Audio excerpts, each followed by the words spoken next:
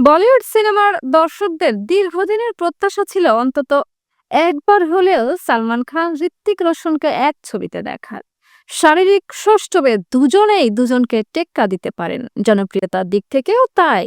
কিন্তু বিষয়টি যে কিছুতেই সম্ভব হচ্ছিল না।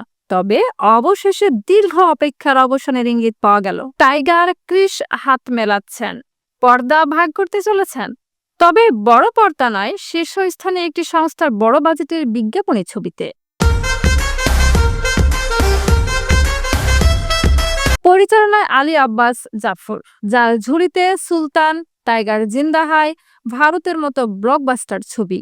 যদিও সংস্থার দাবি বিজ্ঞাপনী ছবি বলে কোনো কার্পণ্য করা হচ্ছে না, অ্যাকশনে মনে থাকবে ছবির প্রতিটি মুহূর্ত।